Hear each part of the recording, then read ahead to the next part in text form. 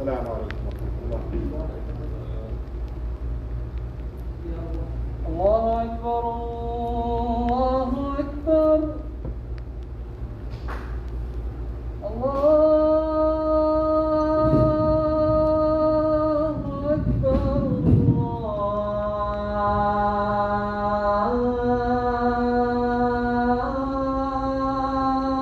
الله أكبر.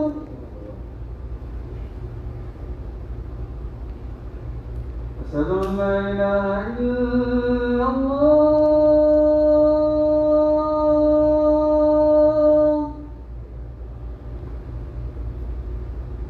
أشهد أن لا إله إلا الله.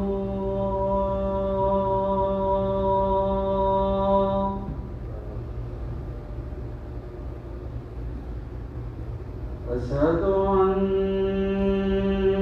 محمدًا رسول الله.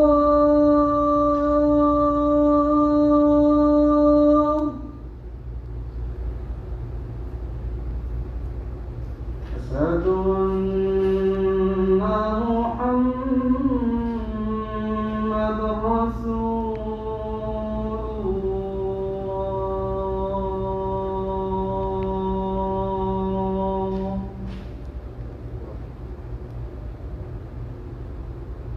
حي على الصلاة.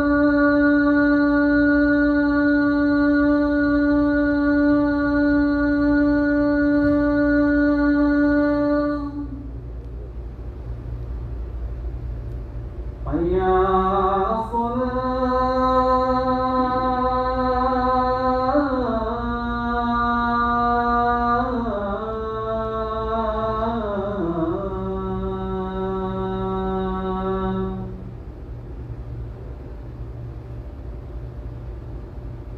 حي على الفلاح.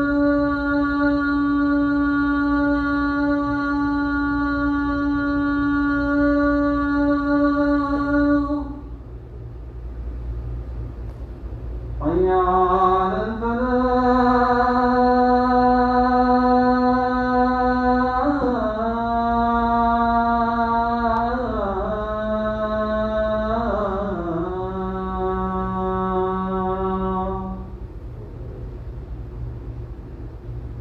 الله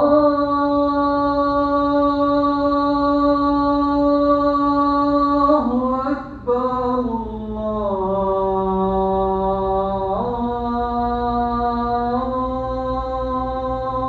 الله أكبر. لا إله إلا الله.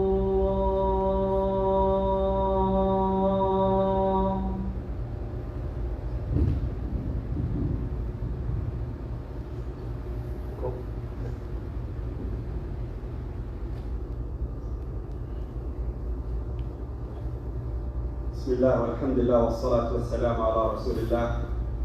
إن الحمد لله نحمده ونشكره ونستغفره ونستهديه ونعوذ بالله من شرور أنفسنا ومن سيئات أعمالنا.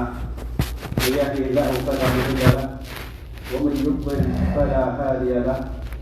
وأشهد أن لا إله إلا الله وحده لا شريك له وأشهد أن محمدًا عبده ورسوله صلى الله عليه وسلم. أما بعد فإن أفضل الحديث كلام الله وخير الهدي هدي محمد صلى الله عليه وسلم.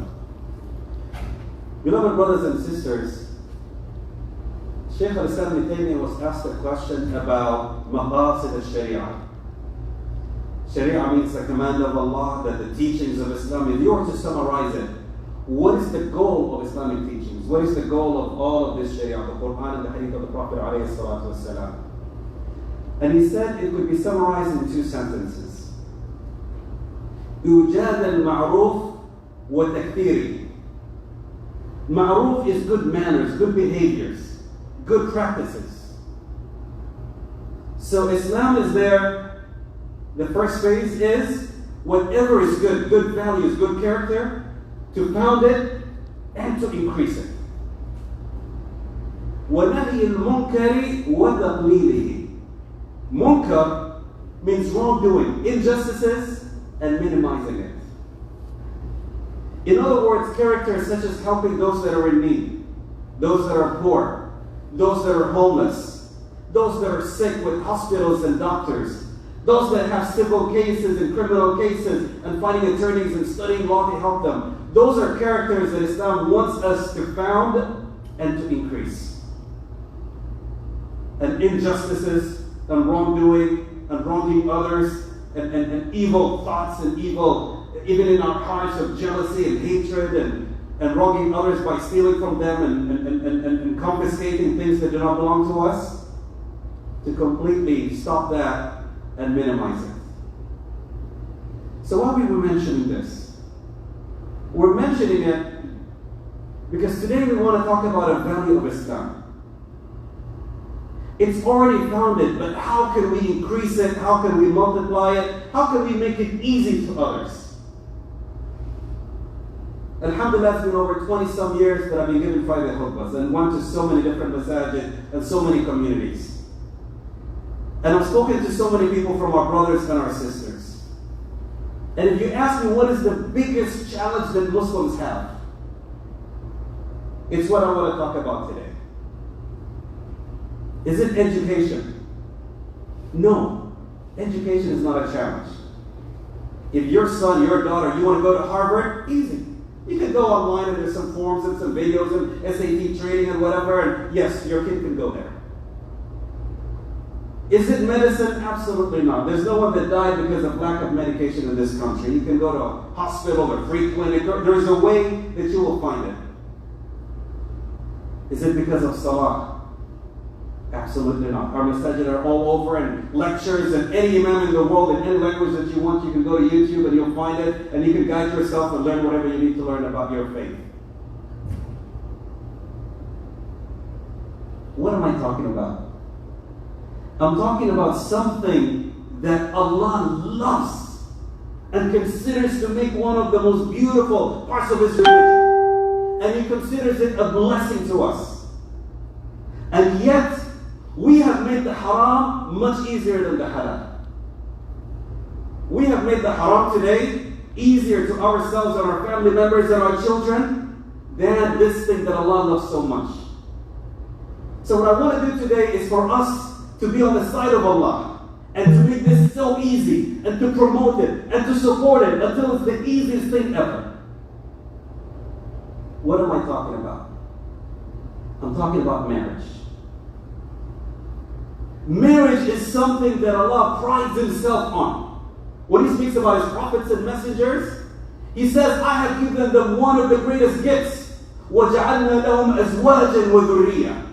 Zawj means spouse, means wife. I gave them spouses. Allah says this is one of the greatest blessings that I've given to my prophets and messengers. As if to say that marriage is one of the greatest gifts from Allah.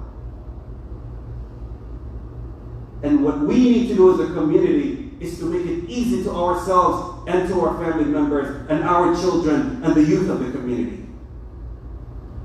On any given Friday night and Saturday night, one of our sons, one of our daughters, one of our brothers can go out and do something in the haram. And our job is to make the halal much easier. It's much easier to go through an FBI interrogation than it is for a Muslim man or a Muslim woman to get married. We have a lengthy application that you have to fill. Even Allah does not require it of us. Who are you? What's your tribe? What's your nationality? What do you do? What are your aspirations for the next 100 years? Okay, we're going to put you on the waiting list. Even Trump's immigration law and immigration offices are easier than getting married nowadays. And we discriminate in all of our we just learned the nastiest things from our culture, and we came here and we put it together. I remember the other day there was a family from Pakistan that wanted to marry their daughter and said, help us find someone. I said, sure.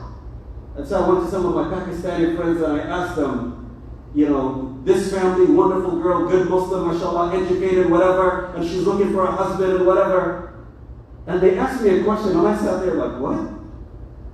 They asked me, are they muhajirin? I said, what the heck is muhajirin? Muhajirin, I know the Prophet ﷺ are people that migrated. Apparently, if you're originally from Pakistan or you migrated from India to Pakistan, it's a big, I was there like, oh my God. I'm telling you, she's a good Muslim, from a good family, and now we're worried, there's so many cultural stuff that we inherited that we're making the halal so difficult and haram upon our children, upon our youth, upon our communities. And brothers and sisters, we've all seen it. Wallahi, during my college days, I went with Muslim youth, some of my best friends, that used to drink and go out almost every single night. Wallahi, not even a girlfriend. I remember one of my friends, and I'm embarrassed to say that, but it is the truth, that in one night could go with 2 different girls. As Allah is my witness. And drink and party. But he married a good Muslim woman. And now, wallahi, that same brother is sending me advice on salah and reading the Quran and fasting Mondays and Thursdays. And I'm saying, subhanallah, what a good Muslim wife can do. And the same goes to our sisters. I've seen sisters, the way they dress and the way they walk and the way they talk and the places they go. You're like, wow. Shaitan, Iblis can make tawbah, but that girl will never make tawbah. And wallahi, it wasn't but a matter of maybe a couple of years that girl was wearing the hijab and married to a wonderful brother that brought her to be a great Muslim sister. The biggest challenge, if you ask me, for our youth and for us and for the existence of Muslims is who my son and who my daughter is going to marry. Is who our children are going to be with. You can take your son, you can take your daughter to the best weekend school and the best Muslim full-time school and teach them the Quran and teach them the Hadith and teach them whatever. If they marry the wrong person, and the same thing with your daughter. You can wear the hijab and wear the niqab and teach her how to pray and whatever, and if she marries or falls in love with the wrong person, only Allah knows what can happen. The biggest challenge, and I don't have the solution. I'm not coming here to say, hey, this is the problem, this is the solution. I'm saying, brothers and sisters, help us with this situation.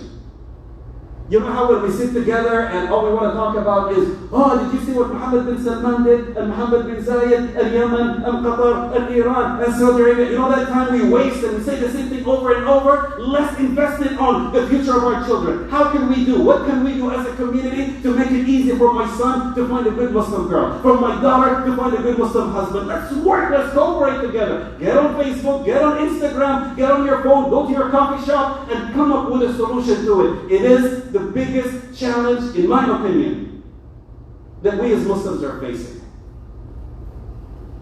If you don't believe me, look at this hadith.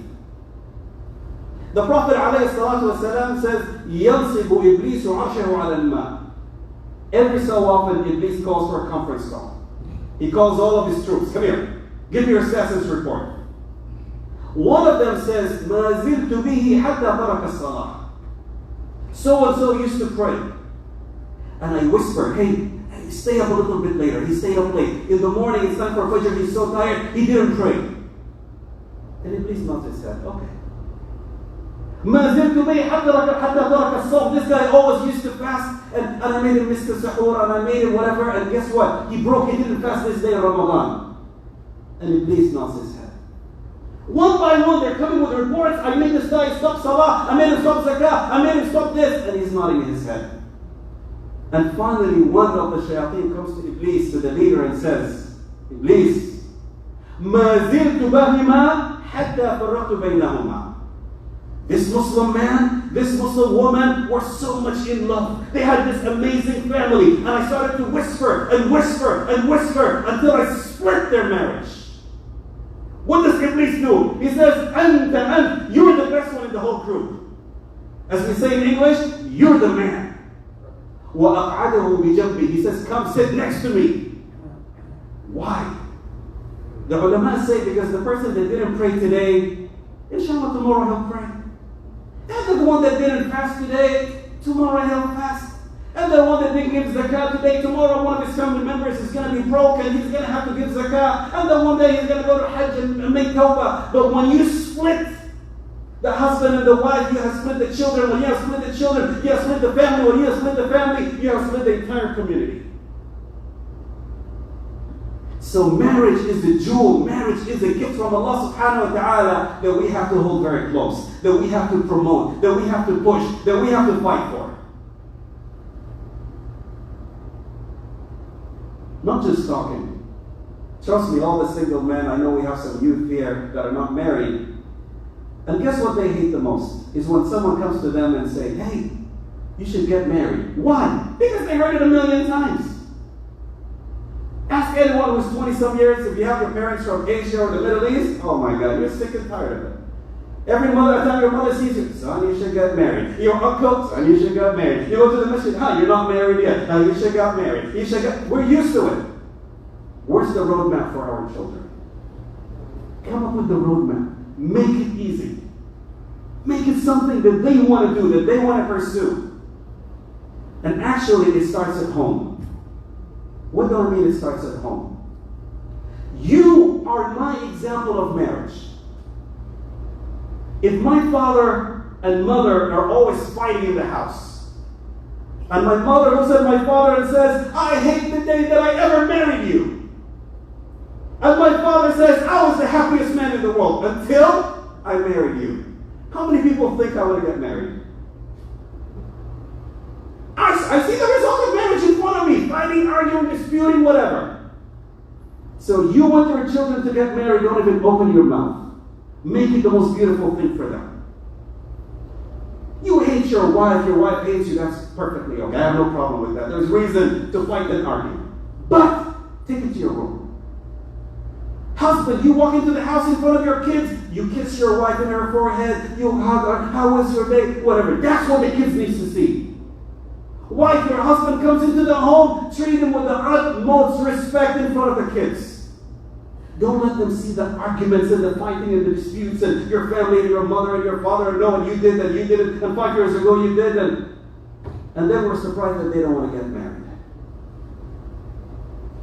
The second thing is introduce them to the person at a younger age. I want my daughter to marry someone that is Muslim. What do? I bring them to weekend school at a young age. I take them to a Muslim school at a young age. I take them to Muslim activities at a young age. I don't throw them in a public school, far away from Muslims, far away from the Muslim community, and now my daughter's 20 years old, and she's coming with a non-Muslim guy, and oh my God, how dare you, haram! And now you want to say haram? After she's all grown up and she's never been around Muslim men and she's never seen them, and that is why one of the greatest wisdoms of Sayyidah Khadija, the wife of the Prophet ﷺ, is what? Her daughter, Sayyidah Fatima, the daughter of the Prophet ﷺ, migrated from Mecca to Al-Medina. Now she's a beautiful lady, she's growing on her own, and all the men are coming forward to marry her. And she's waiting on one man, so she doesn't answer. The Prophet ﷺ says no. No. The greatest man, Sayyidina Abu Bakr as-Siddiq, wants to marry Fatima. He says no. Sayyidina Umar al-Khattab, he says no. Sayyidina Uthman, no. Until who? Until Sayyidina Ali ibn Abi Talib comes and says, I want to marry her. Why did she rush and say yes? Because the Sayyidah Khadija, her mother, at a young age, said, Prophet of Allah, your uncle Abu Talib doesn't have a lot of money. Why don't you bring his kids? Why don't you bring Ali? So he's raised in our house with our kids.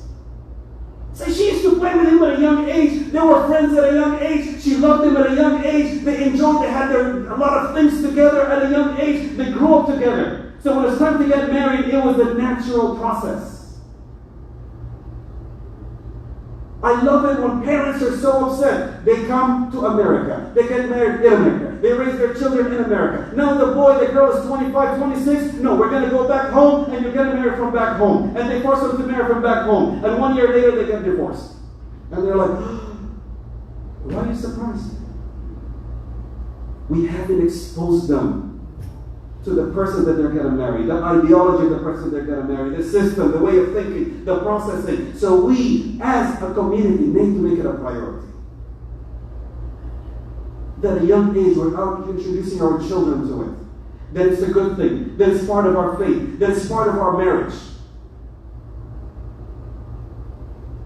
Even the imams, there's something that imams have to stress to us as communities. I'm going to say this and underline it and think how dangerous this statement is. We as Muslims are not Muslims unless we believe in 5 things. One of them is zakah. If you have money and invest it over 1 year, then 0.25% of that, you pay in zakah. Masjid. Masjid, not the imam, not 100% agree that you can give a zakat to a masjid. Me personally, I did all the research, I'm not 100% sure if it's halal or not to give your zakat to a masjid. There's no masjid in history more poor and broken down than the masjid of the Prophet ﷺ. He used to make sujood during the rain and he had his own money. And he didn't take a penny of zakat to put it in the masjid. But do you know who you can give zakat to? Your brother or sister, especially your brother who wants to get married and doesn't have the dowry. You know the mahar? He wants to get married and he can't pay the mahar? No, you are allowed to pay zakat to your Muslim brother to pay the mahar. All the scholars say, yes, you can do it. This is how we as a community need to do it. Create a fund to help our brothers and sisters who are trying to get married, to pay the first month of their rent, to pay for their honeymoon, to pay for their dowry, to pay for their whatever. We have to make that a priority as Muslims. We have to make that our concern. Because wallahi, if your son was to marry a good Muslim woman, khalas, forget about it. Forget about it. You don't have to worry about what he eats or what he drinks or where he goes or what he does or... All of us know a lot of brothers who live a terrible life and so whatever life and style and going out and blah, blah, and they were broke and didn't have a single dollar to their name. They married that good wife that put them in order and their manners in order, and today they have money in the bank and they're good people and serving and praying and fasting. So brothers and sisters, one of our top priorities is to raise this command of Allah. And Imam Ahmad ibn Hanbal was asked, Imam, I have money for Hajj. The man said, I'm poor. I have enough money to either do Hajj or to get married. And I'm afraid of fitna. He said, you have to get married first. You know the 5 pillars of Islam, one of them is Hajj, which is compulsory. You're illegal there? Yes. He says, Imam, I have enough money either to go to Hajj or pay my dowry and get married. And I'm afraid of fitna. I don't want to do something haram. I don't want to fall into temptation. Imam Ahmad ibn Hanbal says, forget about Hajj. Get married as soon as possible. So brothers and sisters, our job is to make it easy. To stand with our brothers and sisters in helping them finding spouses. In helping them getting married. If they have financial barriers, for us to destroy it. And I said it and I'll say it again. If any one of you wants to get married and you're having problems with her father or her mother, call me. And I will call all the brothers in this mission and we'll go talk to her father or her mother. Because I know how tough it is. We still have some nasty ideas in our mind of, no, I am from Sudan and I'll never marry someone from Palestine, and I'm from Palestine and I'll never marry someone from Syria and I'm from Syria. Ma'alish. Leave it up to me. I always wanted to get a license to start shooting, so I'll come all loaded and go talk to the father. Don't worry. Just find a good Muslim girl. And all the brothers are here with me, so we're good. We'll convince the father. But the Prophet ﷺ says, مَنْ تَرْضَوْنَ دِينَهُ وَأَمَانَتَهُ. When a good Muslim man that has 2 characteristics, had good faith and religion. I don't want you to be a person that doesn't pray Fajr, or someone that doesn't fast Ramadan and say, help me marry this Muslim girl. No. Let's have a deal. Make sure you're praying, make sure you're good with your religion, and amana, that you're trustworthy. Trustworthy. The people can trust you, wallahi, we will all fight for you. And the sister should do the same thing. When you know a sister that has a daughter that is not married yet or looking for a husband, push earth left and right until you find her a good Muslim man. And a lot of us like to say, stay away from it. Tomorrow they get married and they fight and they argue and they blame me. And that's what Shaitan wants. That's what Shaitan wants. We have two options. The haram is right down the street. Tonight is Friday night with the corona. Our Muslim boys and our Muslim girls are going out, smoking hookah, drinking, doing things that we know are haram. Let's not fool ourselves or hide our faces. The Prophet ﷺ says, وَفِي بِضْعِ أَحَدِكُمْ صَدَقَةً. You know when a husband and a wife have that private relationship? The Prophet ﷺ says, it's a sadaqah. It's a charity. What? How is that Prophet of Allah? He says, if he puts it in the wrong place, the haram place, is it haram? They said yes. Then he said, Allah rewards him if he puts it in the right place. The haram is easy. Don't act surprised. Allah has made that desire in us. زُيِّنَ لِلنَّاسِ حُبُّ الشَّهَوَاتِ مِنَ النِّسَاءِ. A woman by nature is attracted to a man. A man by nature is attracted by a woman. Our job is to make the halal easy. They're being dragged, whether you like it or not. It's so windy, the hurricane is pushing them in a direction. All you have to do is push them this way or push them that way. And if you're like me and we're doing nothing, we're pushing them this way. And if you want to stay, you're pushing them this way. But what we need to do as a community, my brothers and sisters, is help our brothers and sisters get married. Finding them people. If they find people, fight for them to find that spouse. And forget about that old stupid mentality that we have. And I think I've mentioned it before and it still drives me crazy. And I love them. I think may Allah bless everybody in the ISNA organization. Biggest Muslim organization. Love them, respect them. Can never thank them enough for what they do. And they have a monthly newsletter, a newspaper called Horizon. You open Horizon in the middle, usually, I don't know if you change it now or not, it's for people looking for husbands for their daughters. Wallahi al-Azim, every time I read it, it's exactly the same thing. Looking for 3 conditions. Number 1, U.S. citizen. So if you're from Egypt, you're from Palestine, you're from Sudan, you're from Malish. Number 2, doctor or engineer. So all of you working in gas stations, all of you computer people like me, whatever, we're not. But subhanAllah, brothers and sisters, the Prophet ﷺ says, and he never lies, tomorrow someone is going to come to marry your daughter. Tomorrow someone is going to come to marry your son. A family is going to come. You're worried about money. Listen to this hadith. The Prophet ﷺ says, ثَلَاثَةٌ أُقْسِمُ عَلَيْهِمْ. There are 3 things that I swear by Allah on it. Why does he say that? See, 1 plus 1 is equal to 2. So the Prophet ﷺ does not need to swear. If something makes sense, he doesn't have to swear. But if something doesn't make sense, it's extraordinary, then he has to swear to say, believe me, trust me, I am the Prophet of Allah, I'm not lying. So this is something that the Prophet ﷺ wants to put in our hearts and implant it in us so we believe in it and we don't doubt it for 1 second. He says there are 3 things that I swear by them. ثَلَاثَةٌ أُقْسِمُ عَلَيْهِمْ. There are 3 categories of people that I swear by Allah on. What do you swear, Prophet of Allah? حَقٌّ عَلَى اللَّهِ أَنْ يُغْنِيهِمْ. Ghina means rich, wealth. There are 3 people that Allah promises wealth to. Who are they, Prophet of Allah?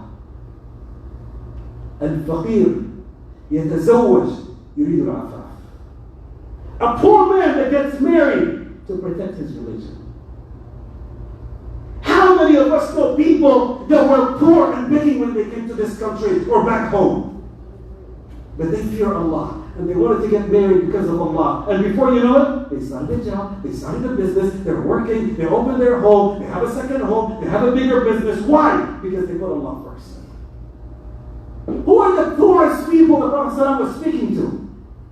He was speaking, all of us know that poor slave, Bilal ibn Abi Rabah. Dad mu'adhin, the slave, nobody, no family, no whatever. When he got married, what happened? He became a millionaire. Who else is he speaking about? Abu Hurairah. Abu Hurairah, the poor Sahabi in the masjid, he didn't eat for days and he's always scrolling. He got married. He became one of the wealthiest people and migrated to Bahrain and became one of the wealthiest people in all of Bahrain. ثلاثة أقسم عليهم. There are three. The Prophet ﷺ swears by them. Marry poor, and Allah will make you rich as long as you're doing it to protect your religion. Don't be like one of our sheikhs. I have to say it in Arabic first. A man went to his mother, and he's a big sheikh and whatever, and says, his mother comes in and says, my son, shouldn't you get married? And he says, Na'am ya Ummah. Yes, mother. Huh? What kind of wife shall I find you? He said, a wife that looks like Kim Kardashian, wa'iyadu billah. That's your condition? A'udhu billah, a'udhu billah. But let your criteria be, first and foremost, someone that gets you closer to Allah. When you put Allah first, wallahi, He will open doors for you that you never imagined. That is why Allah says, وَمَن يَتَّقِ اللَّهِ يَجْعَلْ لَهُ مَخْرَجًا. If you are mindful of Allah, Allah will open doors for you that you never imagined. But put in your heart that I want to get married. Put in your heart that I want our families and our children to get married. A lot of us have children that are young and we're worried. Who are they going to marry? Don't worry about them. Worry about that boy, worry about that girl that's asking you, I need to get married. Help them. Will you help them? Allah guarantees your children. When you help the children of others, don't even worry about your children. Because Allah will take care of them. When you see that sister in the community that maybe someone proposed and they broke up the engagement and she's sitting there heartbroken, no, work to get her married. When you know that sister that was married and got divorced and you know a brother that's find someone to marry her. Don't worry about your children. You take care of the children of others, wallahi, Allah will take care of your children. أقول هذا القول واستغفر الله العظيم لي ولكم من كل ذنب فاستغفروا الله الغفور الرحيم.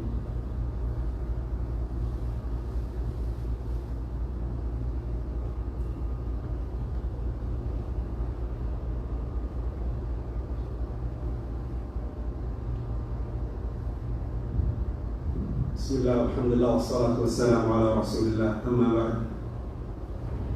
Beloved brothers and sisters, for our children to want to get married, we have to be happy in our marriages. First and foremost, remember, my brother and sister, that marriage is not a cultural or customary thing. It's part of our religion.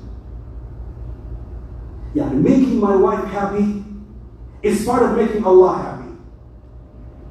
You know how I pray the sunnah after the salah because it makes Allah happy, and I read the Quran to make Allah happy, and I fast on a Monday to make Allah happy, and I fast on a Thursday, and I go to Umrah. Making your wife happy is as important and more important than all of those things. As important, in some cases, more important than those things. So don't let shaitan come to your pride.